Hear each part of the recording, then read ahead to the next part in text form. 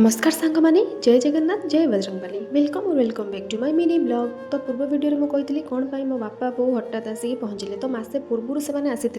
एवं बापा बोहू नुह सहित मो सान भाई भी आसाला जिते मसे पूर्व आसी मो पाखक जीवार 10-12 दिन पर मो बापा छाती और पेटर पेन है तो सेठी भद्रक से देखते तो बापा को ठीक लगे जेहेतु से भुवनेश्वर नहीं आसले भुवनेश्वर जो हस्पिटाल देखेबे तो जेहेतु मो रूम रू हस्पिटाल बाट बहुत पाखापाखि तेणु से मो पाखे रही ही देखेबे बोली मो पाखक आसते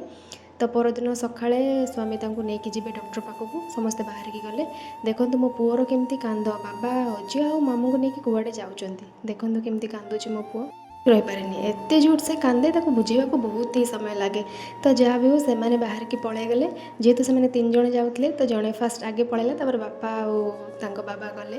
तो 3 जण सांग होना गले तापर आम पुओ को बुझे बजेकी ऊपर को नहीं आसलु। तो वीडियो भल लगी लाइक कमेंट शेयर निश्चित करेंगे। रही जय बजरंगबली जय जगन्नाथ लव यू ऑल।